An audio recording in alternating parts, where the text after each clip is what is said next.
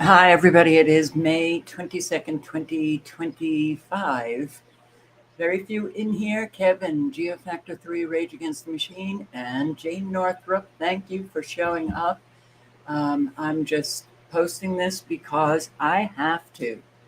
I'm so, this life of ours is really turning into something so dark. I can't stand it. But first, let's check out radar. Oh, wow, Oklahoma, it looks like you have severe weather. Well, you haven't been hit yet. Oh, wait, no, you get hit an awful lot. That's right. Florida as well. Okay, so what can I say? Be careful. They're taking out a lot of people. The link to radar is in the chat. And 7 active severe weather warnings: Florida, Oklahoma, and Texas.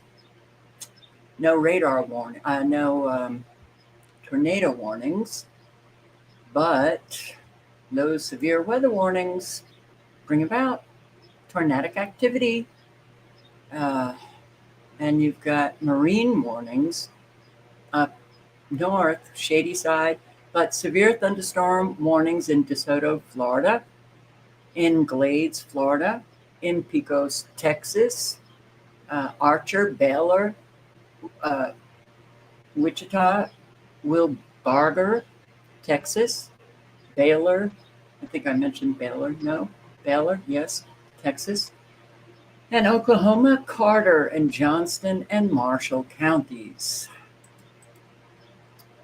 Be safe. Be safe. Take seriously what's happening with our weather. Okay, so I am first going to start with our very many wars. All right. Just a reminder, America's perpetual war. Now, if you don't face the truth, you can't go forward, you can't grow, you can't get better, you stay stagnant. America's perpetual war. 6 questions. Who are the beneficiaries? We sure do know, but I'm not going to read the whole thing. I will post the link. It's a rather intensive examination of what we have been doing for a very, very long time now. I've got to pull this all the way over. 226 years of war since its independence, which took place 242 years ago, leaving only 16 years of peace. We have been an exceedingly violent empire. Since World War II, there were 32 American military conflicts involving dozens of countries. Some of these military conflicts have lasted for over 20 years, and some others are still continuing. In other words, the U.S. is a country of perpetual war.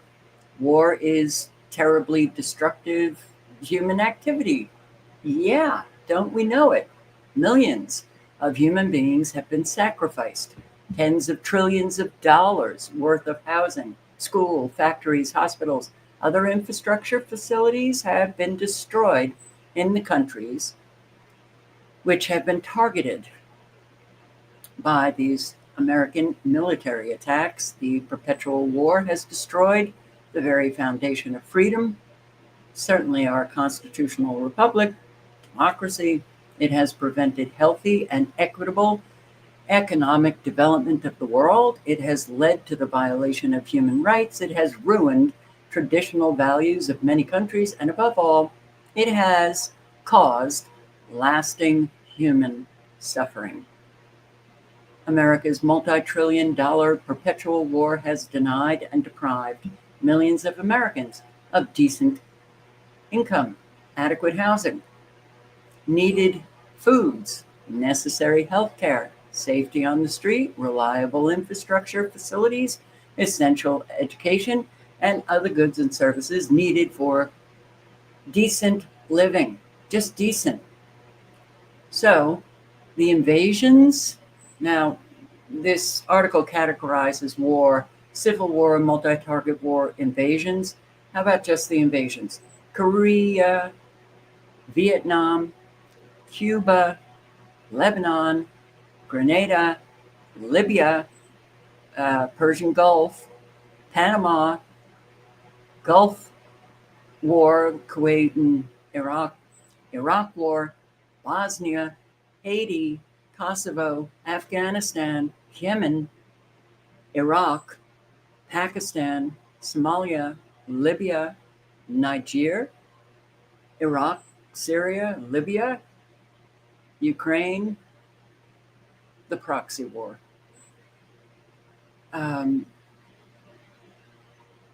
No less than 70% of university research projects are funded by the Pentagon. Boston College helps the Air Force. The University of Massachusetts Lowell develops nanotechnology for the Army. Tufts University improves soldiers' cognitive and physical performance. MIT, producing so many war goods and services, it's known as the War Corporation. Columbia University, Brown University develops for DARPA. Princeton University produces hardware for design and verification of open source integrated circuits. Dartmouth University sells machine learning. Pennsylvania University develops artificial intelligence. Stanford University develops technology for chemical warfare and so many other war goods and services. It is considered to be in partnership with war corporations. Harvard University develops educational materials for the war. It is the main source providing human resources to the war industry. By the way, it produced the napalm bomb used in Korea and Vietnam and other wars. Johns Hopkins University makes tools needed for the evaluation of alternative offensive capability needed for battles in air, sea, cyberspace. And of course, American universities depend on war money so much that they lost their original mission. All right, so very good article. Whole lot of facts and information that one could work off of if they were doing any kind of serious research. So, remember this guy, the KGB spy who predicted our future? And boy, are we here. Yuri Bezmenov. This was back in 1984. He said, "My dear friends, I think you are in very big trouble. Whether you believe it or not, you are at war. And you may lose this war very soon together with all your affluence and freedoms unless you start defending yourselves." And we never did. We never did. So what we're getting now, is it our due? Perhaps. And I will post the link.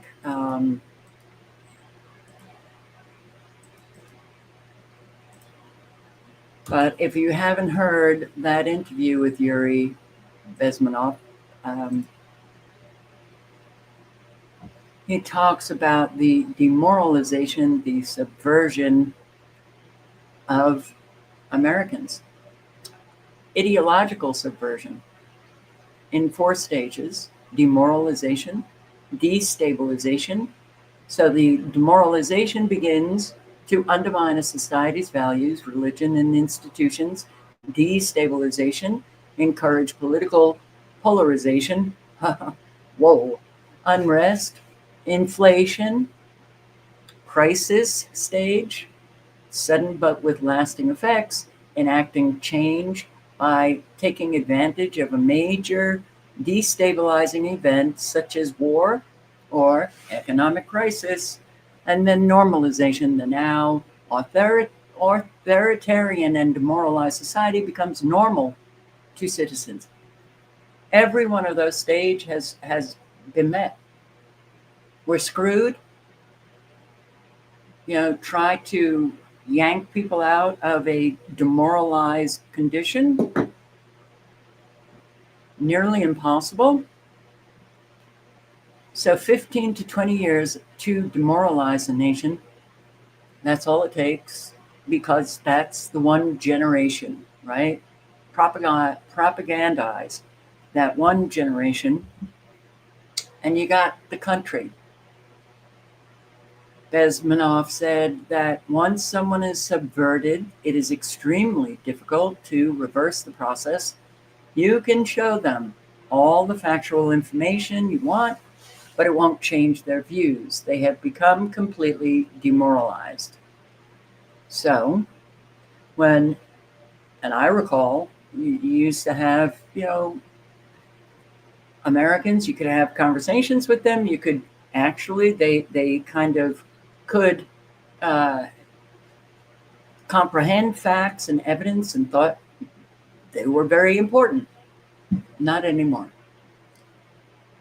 And I'd say the rapidity with which Americans gave up facts and evidence and just go on their opinion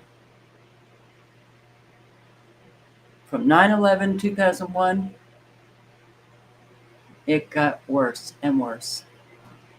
Americans of all religions have been losing faith. Urey predicted this. Disrupting a country's religious values is a key part of the subversion playbook.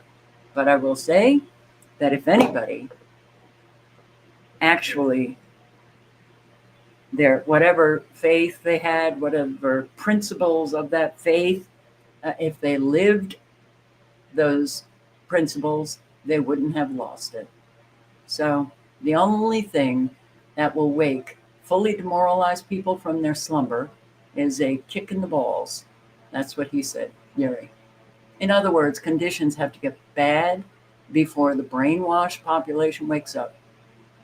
It's been bad every single day for many, many, many years. Here we are. Those who are literally, well, excuse the phrase, kicked in the balls because they have suffered the consequences, they get marginalized, ignored, and thrown away. So we still have a small portion of the demoralized population who are still comfortable doing nothing. We're reaching that stage now. The author of this article thinks we're reaching that stage now, and I suspect we're hitting the tipping point over the next decade, 10 years.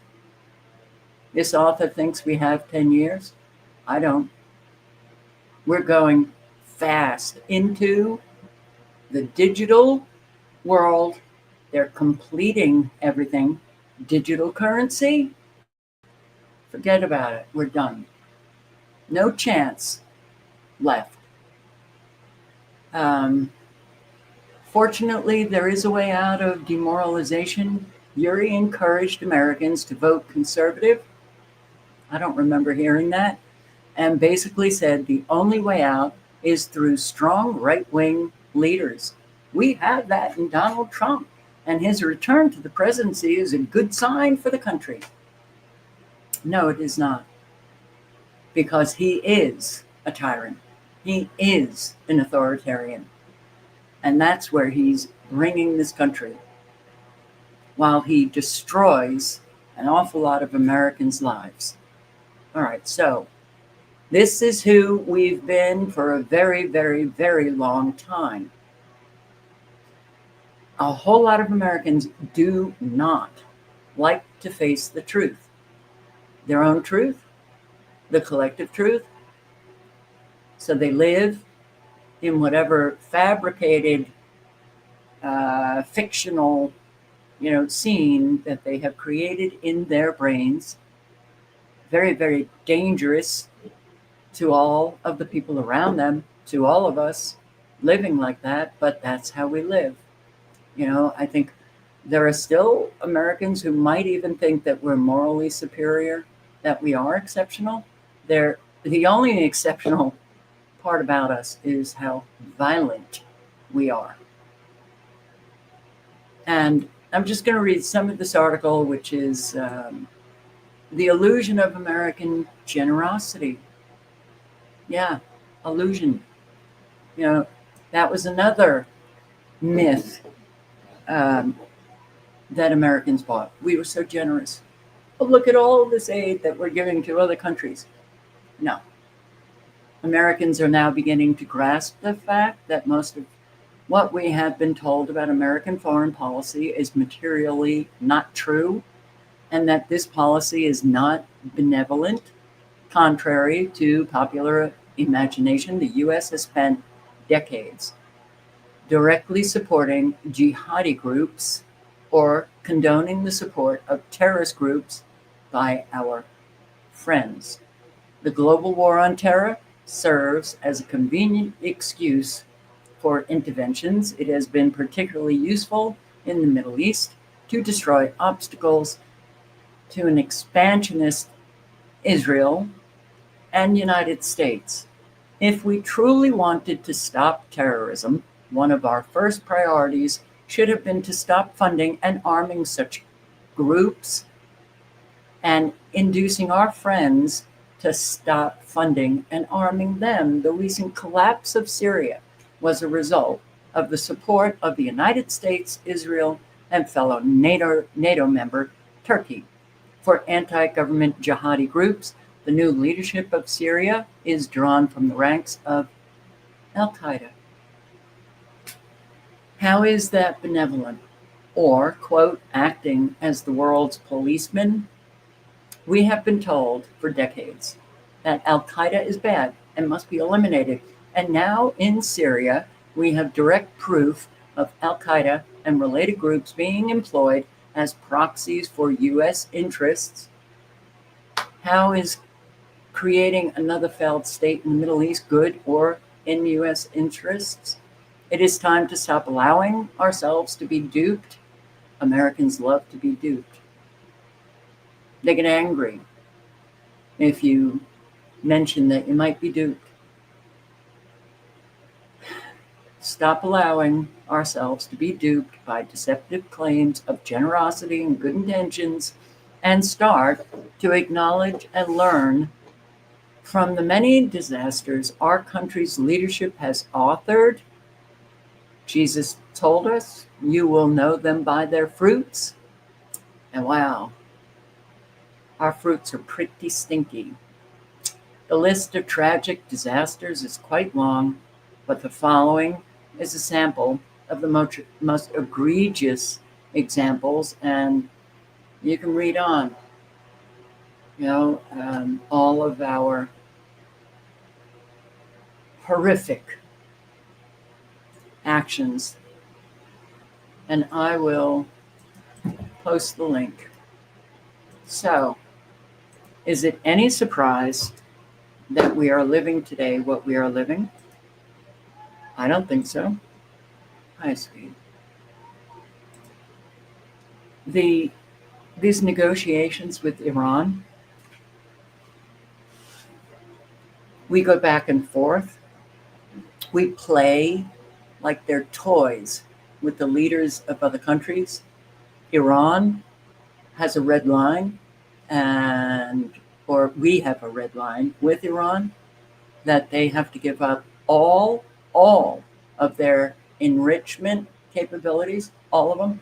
Now, it has been known that Iran is not using their nuclear enrichment, for military, but they're using it for civilian purposes. It doesn't matter. Facts, evidence, investigations, the result of the investigations, it doesn't matter. We force our way on the entire world. The latest U.S. demands that Iranian enrichment be taken down to zero, excessive and outrageous. Yes, The Ayatollah Khomeini, that's what he said. It's excessive, outrageous, and this was not part of what they were to be negotiating, but we're constantly changing negotiations, changing our tune, and we do expect everybody to bow down. Wow, that's a violence in itself. So Khomeini also expressed doubts that current nuclear talks with the Trump administration will actually lead anywhere. I don't think nuclear talks with the US will bring results. I don't know what will happen. He further called on Washington to cease making over-the-top demands in nuclear talks. Tehran officials have of late also called the Trump administration's stance contradictory after President Trump attempted overtures sprinkled with direct threats. Trump threatens everybody. You don't do it my way, then you get threatened.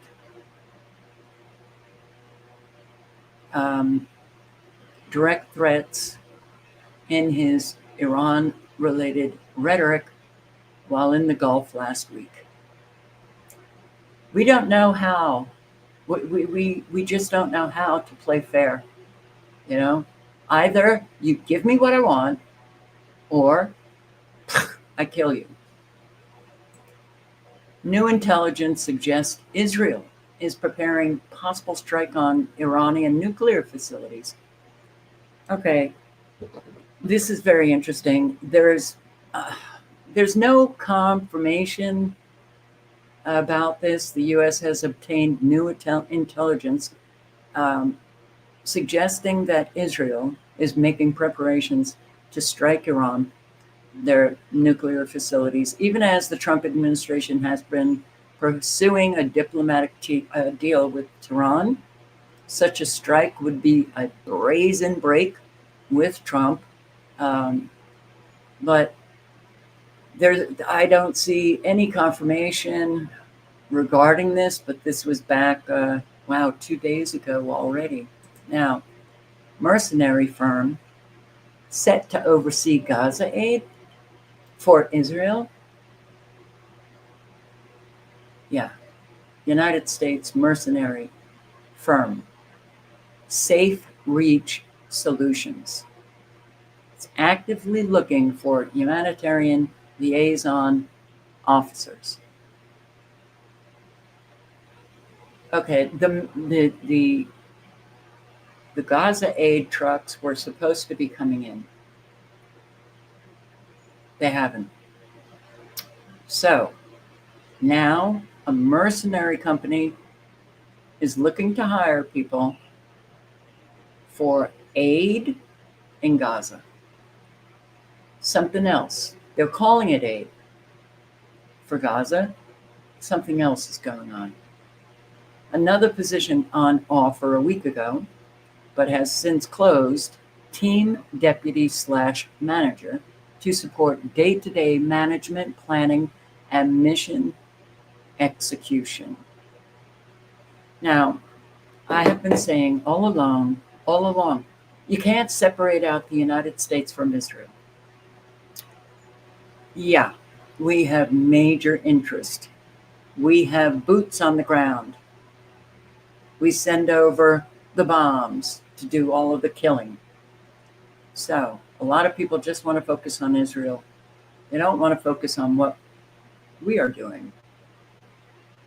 That's only half truth. Why don't you come on over and look at complete mercenaries? Okay. A liaison officer position appears to be analytically focused. It says that hires will, quote, advise on best practices for engaging with affected populations, local authorities, and community-based organizations while monitoring developments that could impact operational posture. So, what was it? Safe Reach Solutions, SRS, is seeking people with UN experience But the plan to take over aid distribution seeks to supplant the United Nations, which is already capable of delivering the aid in Gaza. Well, then we're sending in mercenaries, and we will eventually just, that mercenary company will take over. I'm sorry, I don't buy that this company is actually going to be making sure that the aid gets in there. The former Biden administration floated a costly peer project to bring aid into the Gaza Strip last year, but it was widely considered a failure. Oh, yeah, it was. How many millions? Does anybody get held accountable for the failures? No.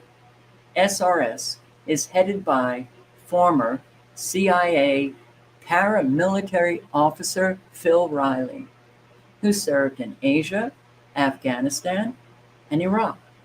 And you know, the aid to the people in those countries, we did a fabulous job, right? A contract worth hundreds of millions of dollars. U.S. contractors were paid $1,100 a day to work in Gaza with $10,000 advance, with a $10,000 advance for veterans. SRS's work during the first ceasefire was paid for mainly by the U.S. taxpayers and Gulf states. And one U.S. official told Middle East this publication, the private military contractors' weapons and supplies are likely to be supplied by the U.S. UN says no aid distributed in Gaza. So the aid was supposed to start coming back into Gaza, and, well, it hasn't happened. The job applications page reveals how Israel and the United States are rapidly moving towards privatizing and militarizing aid distribution in Gaza. So, you know, we love to paint a very pretty picture of ourselves, and so we're going to hire mercenaries to deliver the distribution of this aid in Gaza, privatizing soldiers. We've been using mercenaries in countries for decades. So, just a few minutes of Caitlin Johnstone's Israeli officials explain balancing act between overt genocide and maintaining Western support. So, if you were on the live when I was talking about how, wow, suddenly we have France, we've got UK, we've got Canada, who is getting pissy with Israel. It is pissy. Nothing real firm. But it was a complete 180. Complete 180. Just a couple of days ago, where they say, you know, cease the, I guess, the ground offensive that Israel started, I don't know, a couple of weeks ago. But it was a 180 nonetheless in the tone, and they actually criticized Israel, and I'm surprised nobody called them anti-Semitic. Well, something is going on here. Israeli officials explain balancing act between overt genocide and maintaining Western support. One of the talking points Israel apologists like to regurgitate is that Israel can't possibly be acting with genocidal intent in Gaza, because if they had wanted to exterminate the Palestinians, they could have easily done so in a matter of days. As luck would have it, leaders from the Israeli government have just helpfully come out and debunked that talking point with a few shockingly frank public admissions. Explaining the decision to allow a minuscule amount of aid into Gaza after months of deliberate starvation, Prime Minister Benjamin Netanyahu said on Monday that Israel is now allowing minimal humanitarian aid on the insistence of Western officials so that they will support Israel's murderous operation to conquer the enclave. Jeremy Scahill reports the following for Dropsite News. We're going to take control of all the Gaza Strip, Netanyahu vowed on Monday in a video released by his office announcing that Israel would begin delivering minimal humanitarian aid, food and medicine only. Netanyahu claimed that international pressure, including from pro-Israel Republican senators and the White House, required the appearance of humanitarian intervention. Our best friends in the world, senators I know as strong supporters of Israel, have warned that they cannot support us if images of mass starvation emerge, he said. They come to me and say, we'll give you all the help you need to win the war, but we can't be receiving pictures of famine, Netanyahu. For some reason, the pictures of children with their arms and legs blown off, the death of children, where they're trying to get them out of the rubble, all of the innocent, murders that are going on. That's been okay. We just can't take the starving. Really? Okay. This country is insane.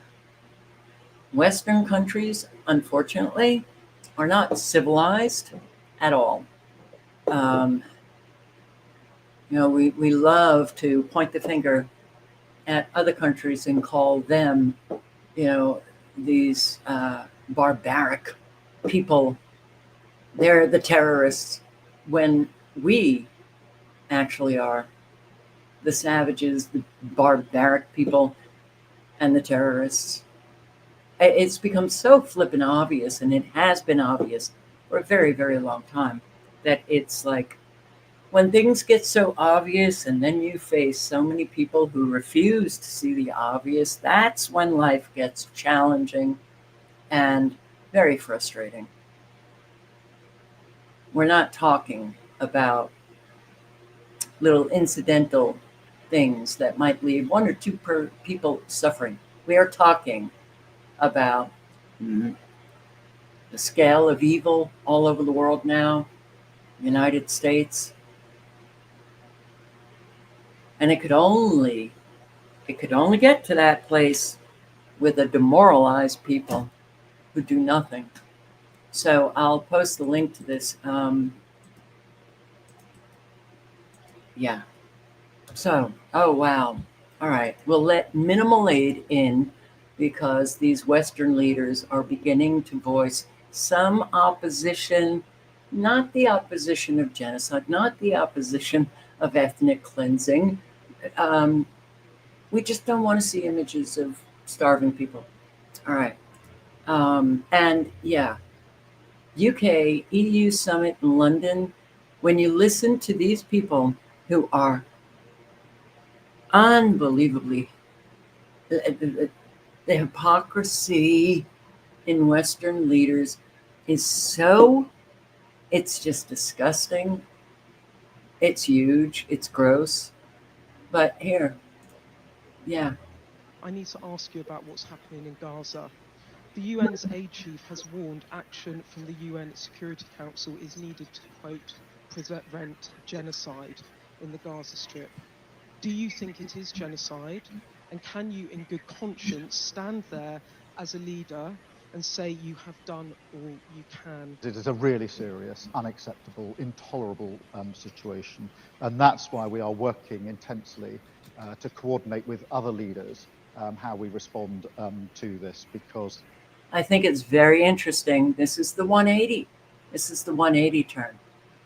You would not have heard any of that because you didn't hear any of that up until right now. So this has been going on for, I don't know how many, it's been going on for a long time, a year and a half. Oh no.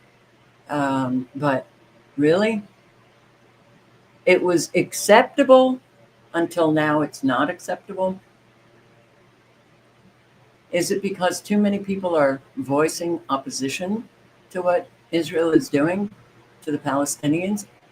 I don't know, but I will say there's been a lot of opposition throughout this war and didn't move any of our politicians or leaders.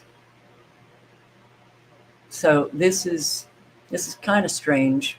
And do I believe what he is saying? He doesn't give a shit. He does not care at all what happens to the children who are Palestinian, to the Palestinians. It is intolerable, it is unacceptable, and we will continue to work in that way. On Gaza, the humanitarian situation in Gaza is unacceptable. For 2 months now, no humanitarian supplies have entered Gaza.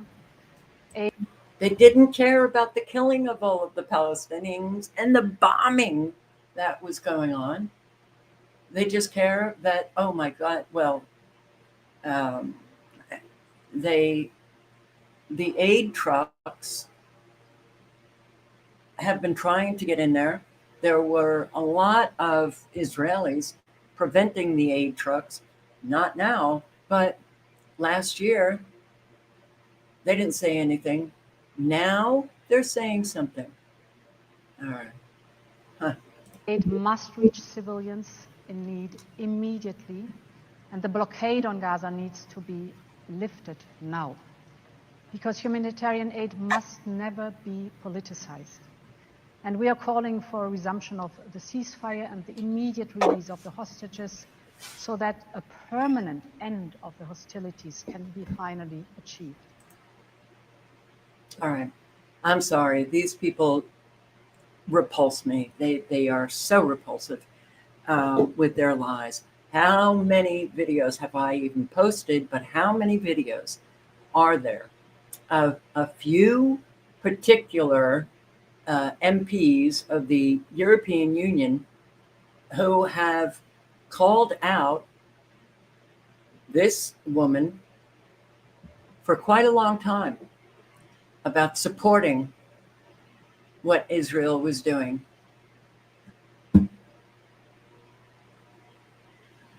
Okay. No aid.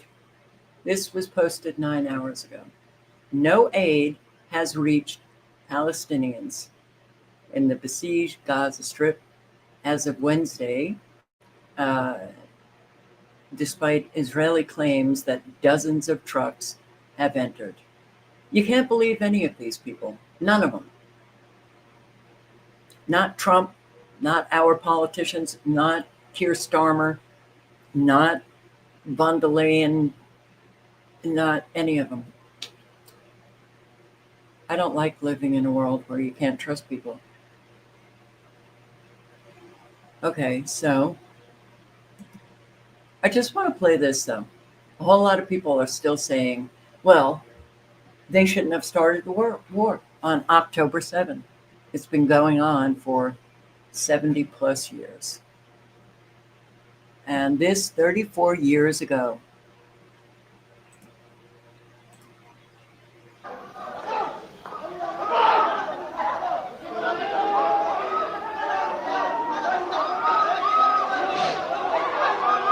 We have to fight back. The people are fighting back with their stones while they're getting shot at with live ammunition. Are you never afraid? Well, there's times that you get afraid. There was a demonstration today. After church, they went on a demonstration, and the Israeli soldiers shot at them like they do every day. Fight for what is right. And that's what you have to do. You can't be afraid. But you're going to lose your life. But it's better to lose your life than to live under occupation. Suffer something like this, it's the first one that hit our family, but everybody has something in their family, the same thing. Somebody who was shot, or somebody who was injured, or somebody who was paralyzed. Or somebody in prison. The most serious thing that has happened in our family is that our cousin Amjad was murdered last month. Well, after he went to pray in the mosque, he went out and there was a demonstration, and the soldiers caught him and they tortured him very badly, and then they shot him later in the heart, close range. They tortured him. He was only 14 years old. So this is what the Palestinians have been living for a very, very, very long time. Anybody who says, well, they shouldn't have started the war on October 7, I don't know, slap them silly, or, they're going to stay with that bullshit narrative because it's been programmed into them. They're so demoralized and they don't care about themselves. They don't even respect themselves. It's clear when people don't care about facts and evidence, and they show you, they demonstrate on a daily basis how programmed they are. So, yeah, we don't get. It's so frustrating. Woman shot at CIA headquarters this morning. CIA headquarters after crashing into the gate. 27-year-old Mona Spadaro shooting on CIA property occurred hours after 2 Israeli embassy staff members were shot and killed. She drove into the gate, but apparently she might have been intoxicated. She is being treated for the gunshot wounds.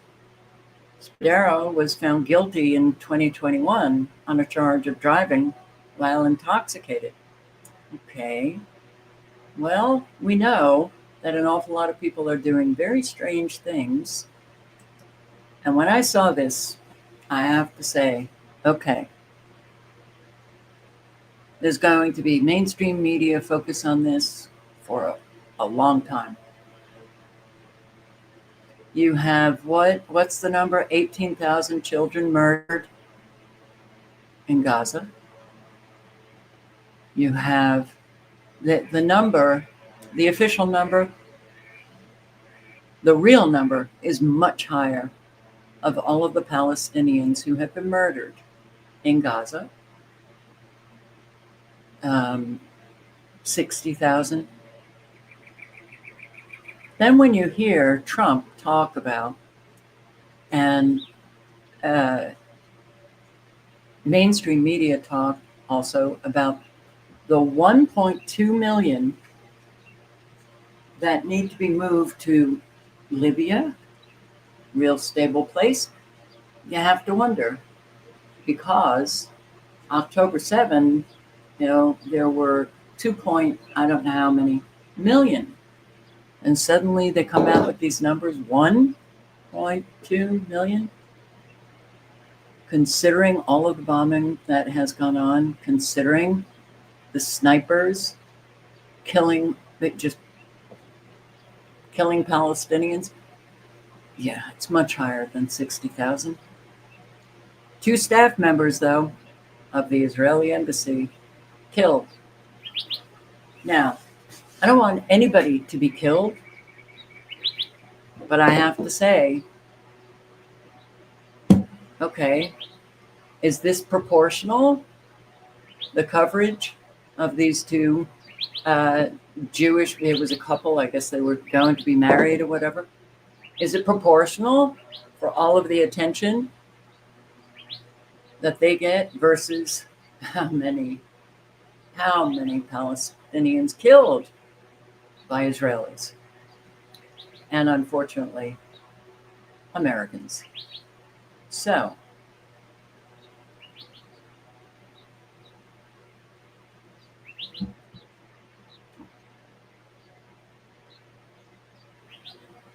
I read this and I'm like,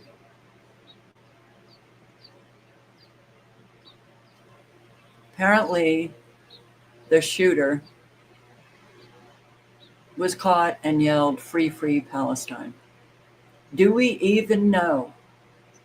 Do we even know if it was a false flag or not? So you suddenly see these 180 turns, from Western leaders who have been supporting Israel throughout. And then you have 2 Jews, Israeli embassy staff, killed.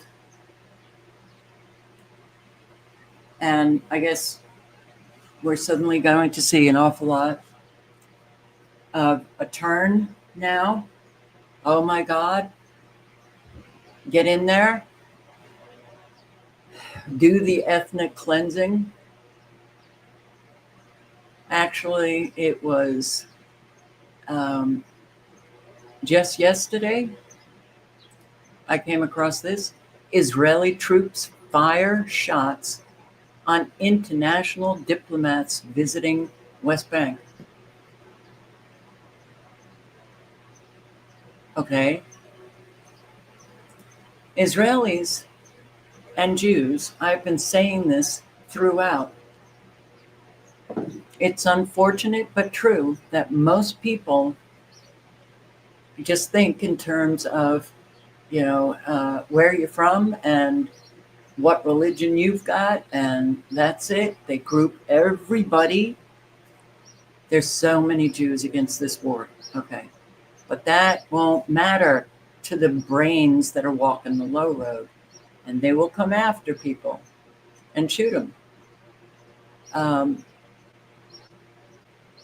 This is also an expansion of the war, Washington, D.C., but the violence, how could you possibly think that this wouldn't happen? This is not a surprise. But when Israel troops are firing on international diplomats, but there's a lot of crying about this couple that got shot, Israeli ambassador staffs, that's not okay. That is not okay. So, yeah, there's actually video of this. So they're in the West Bank. Israeli soldiers opened fire on foreign diplomats, including 30 ambassadors and consuls who were visiting the Jenin area.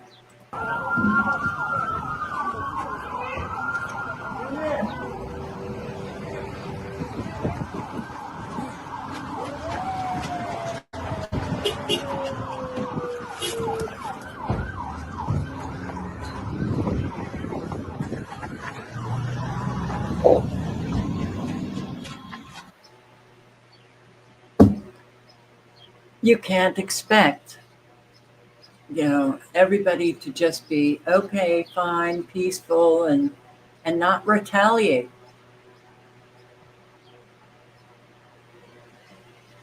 So, 7-minute video, and I'm playing the whole thing. Shahid, Bolsen, yeah, everything that he says here, I'm in complete agreement. So yes, there was a German Israeli who worked at the Israeli embassy in Washington, D.C. Him and his girlfriend died apparently from a shooting in D.C., and the alleged shooter shouted "Free Palestine" while he was being arrested at the scene. Now, obviously, there's going to be conspiracy theories about this, about it being potentially a false flag operation and so forth, since Israel is increasingly losing Western support, and Netanyahu is more desperate than he has ever been to try to save himself from imminent self-destruction. So it's not implausible, but in my opinion, unless and until there's real evidence to the contrary, then the explanation for the shooting should just be accepted. The obvious apparent explanation should be accepted. It was probably a lone gunman who was probably politically motivated, just like Luigi Mangione. And murder is a very American problem-solving instinct. We're almost 600 days into the demonic genocide in Gaza being perpetrated by Israel and by the United States. That's 50 months of wanton, inhuman carnage playing out on everyone's smartphones, on everyone's social media platforms. It's the most documented, the most visible, the most seen genocide in history. Israeli troops just shot at European diplomats just a day or so ago. There are daily massacres in Gaza. And Netanyahu has declared his explicit desire to completely wipe out the Palestinians in the most unequivocal language that any of us has heard since Hitler. And Donald Trump has signaled his absolute endorsement of ethnic cleansing. And at the same time, he's inventing allegations of ethnic cleansing against South Africa and pretending to be outraged about it. Look, you can't impose this kind of cognitive dissonance, this kind of hypocrisy, this kind of extreme moral and mental sadism on your population and not have some fuses short circuit, especially when your population is already habituated to violence and they're already disproportionately suffering from mental and psychological illnesses across the population. And they're already under enormous tension and pressure regarding their own economic situation. I mean, Americans are barely holding on to their sanity as it is. Your whole society seems like it's a social engineering project to see how much gaslighting, how much emotional abuse, and how much dysfunction human beings can be forced to take before they either implode or explode. You've banned people from boycotting. You crack down on protests. You jail and deport protesters. You ignore international law. You dismiss the institutions of international law, while you're basically steering people towards violence. That whole government, the American government, the whole government is acting like those FBI agents who coax and conspire and entrap people in violent plots of their own making. You punish all peaceful means of protest, and then you escalate in the policies that are being protested.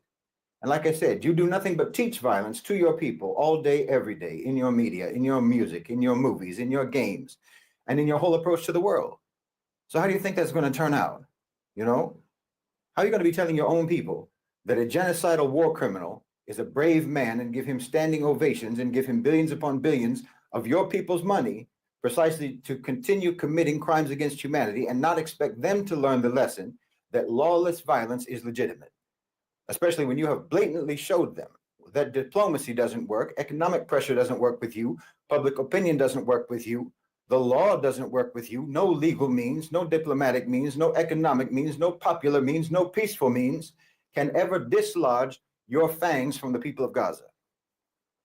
Well, I think you want to drive people into desperation, to do desperate acts, precisely so that you can crack down on them even more, so you can double down and act even worse than you've already been acting all this time. And then you're going to grandstand now about how outrageous the shooting was in Washington, D.C., as if you care about human life at all. I mean, never mind about the other 5 people who got shot in Washington, D.C. over just the last week or so. But those were just senseless killings, so that's fine. But this one had symbolism. This one can be exploited for political reasons. So now you care. Now your ideological mourning kicks in. Now the headlines can stretch across the continents. Now the hand-wringing can begin about the dangers of radicalization and hate speech and anti-Semitism and so forth. But let's be honest, this isn't grief, it's an opportunity. It's not outrage, it's leverage. The truth is, the American government doesn't even care about Americans being killed in America unless the narrative is suitable. I mean, how many mass shootings, how many school massacres, how many African Americans are killed by the police and nothing moves the needle? But you let one bullet fly in the direction of your imperial narrative and suddenly the whole machinery comes to life. Suddenly the think tanks are drafting policy briefs. Suddenly Congress is passing resolutions. Suddenly terrorism is back on the menu. And all of it, of course, pointing in one direction, to suppress dissent. So let's be real. This isn't about one shooting. This is about silencing 600 days of justified outrage and about criminalizing sympathy with the victims of genocide. It's about shutting down the voices that refuse to pretend that Israel is the victim. And yes, if it turns out that it was a false flag, and again, I'm not saying that it was, but if it was, it wouldn't be the first time. And it wouldn't be shocking, because for a regime that is founded on myth and maintained by deception, staging another scene would just be par for the course, because that's what you do. You know, that's what you do when your survival depends upon manufacturing moral capital from corpses. That's what you do when your legitimacy is completely bankrupt and the only currency you have left is fear. But whether this was orchestrated or not, one thing is clear: it was inevitable. Not because people are inherently violent, no, but because your entire system has systematically blocked every nonviolent path. Because your entire society has been primed, or has been cultivated for cruelty. Because for 600 days, you have demanded that the world watch a live-streamed genocide and then cheer for the murderers. You've made empathy a crime. You've made protest illegal. You've made justice unreachable. And now you want to cry foul when your own citizens finally break under the weight of your lies. No, you don't get to play victim now. You don't get to cry terror when you're the ones who have institutionalized terror financially, militarily, psychologically, economically in every corner of this planet. You don't get to moralize about violence when you send hellfire missiles against tents. You don't get to quote Martin Luther King when you ban students from even saying Free Palestine. You don't get to invoke the sanctity of life when you funded the desecration of life for nearly 2 straight years with no remorse. If you want peace, then stop blocking the path to peace. If you want nonviolence, then stop criminalizing nonviolence. If you want to stop the spread of hate, then stop building your empire on hate. Because what you're seeing now in America, what you just saw in Washington, D.C., whether it was real or orchestrated, that's not the disease, that's the symptom. The disease is you, is your so-called civilization. And until you stop infecting the world with your moral rot, then you can't be shocked when that sickness comes home. Well, absolutely 100% correct. And I decided that I would end this live stream with that video. I'll do the economic collapse tonight at 5:30. It really is. It's time. It is, well, way past time for Americans to face how violent we are. How much lying goes on, and gaslighting, and scapegoating, and, well, you make the perpetrators the victim, and how Americans, ordinary Americans, we, fell for the social engineering, and anybody who talks about their own personal experience, it's who are victims, and then you claim that your victim, there's a real victim. We used to call people victims when they were victims, but suddenly that became a bad word, and it was thrown out at people to shut them up from ever talking about their own experiences being victimized. We need to really do some work. We need to do some work on ourselves. But I think an awful lot of Americans are so demoralized. They demonstrate in life that they have no respect for themselves, but they kind of had this attitude that their shit don't stink. And it does. It really, really does. We didn't do anything. It was like Vietnam War, the protests, how large they were, everything that was going on, it did contribute to putting to end that war. But now we've just become so used to it that who cares, right? Americans, on the whole, have really no substance. They want the easy way out. I'll just buy all of the lies and the propaganda, and don't come near me with that truth because it's upsetting. Yeah. Brave and courageous? Not at all. Not at all. So, the innocent Israelis, the Jews, so many organizations who are out trying very hard to scream about what is happening, not wanting this war, not wanting the occupation.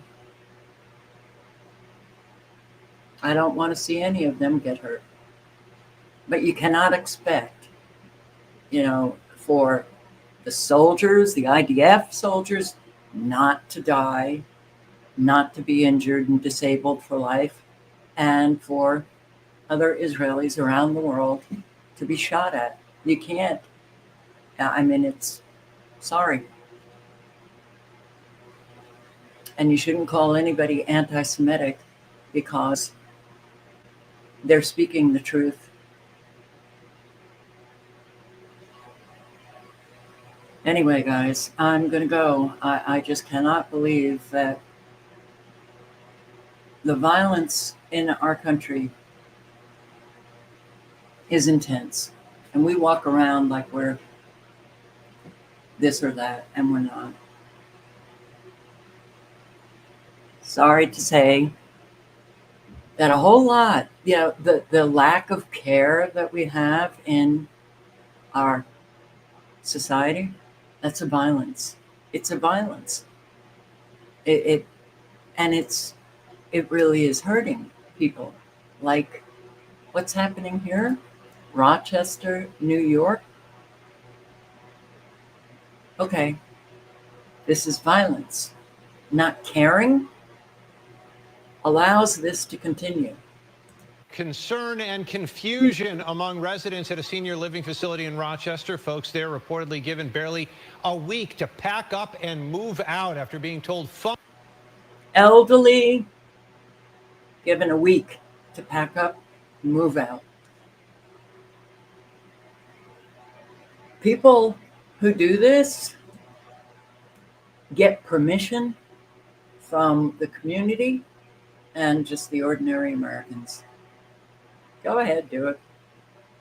Not many people will care and show up and do something.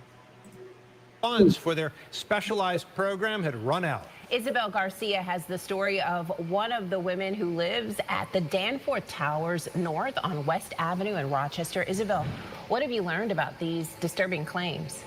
Yes, hi, good evening to both of you. Gwen Kendig tells me she's been living at her apartment there under what's called the Enriched Housing Program through Family Services of Rochester for the past 7 years. After an unexpected meeting last week with no notice or emails, residents were told the program would be totally shut down by this upcoming Friday without much reason as to why.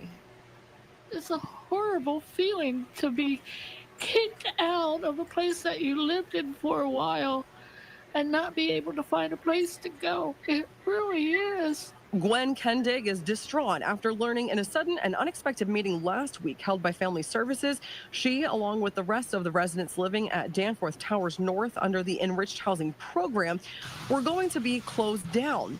And the date given, this upcoming Friday. In a statement to News 8 about these concerns, the Rochester Housing Authority, which operates the space, expresses shock and frustration over the situation, noting the agency is doing, quote, everything in its power to prevent this crisis. RHA does specify the Housing Authority is not evicting enriched housing residents, adding, quote, the action is being coordinated by New York State Department of Health. The statement from the Rochester Housing Authority also claims they have been working in good faith with Family Services for months to recover 6 figures in back rent they were supposed to pay on behalf of residents who paid them. But RHA goes on to say their outreach efforts have been met with silence or, quote, vague responses. I've done nothing but cry. I've done nothing but cry. It's horrible. It's a horrible feeling to know, especially being an elderly person, that all of a sudden I've lost a lot of my stuff already. We had to throw a lot of stuff away. We had to give a lot of my stuff away. And I don't even know if I have a place to go to. And they don't care. They just don't care. And I'm not the only person in this situation. We all are here. Monroe County Executive Adam Bello acknowledged Wednesday morning at a separate event he is aware of the issues unfolding and tells us he is deeply concerned, adding his team is working to determine how they can help, whether through grants or otherwise. We're in touch with our government partners. We're going to try to help these individuals because the stories I'm hearing right now, this is complete. No, you don't try. You do help them. You help them. We'll try. We'll try our best. Well, this is our society, and unfortunately, this has been our society for a long time. Americans not caring about other Americans, the elderly just being thrown away. Who cares? Get out. You're homeless. All right, fine. It's a violence, okay? And it truly is just unbelievably tragic that this is where this great country has gone. I know a lot of people don't want to hear this. Too bad for you. I'm speaking it. All right, guys. Hope to see you at 5:30, and I've got more stuff for you. Stay safe.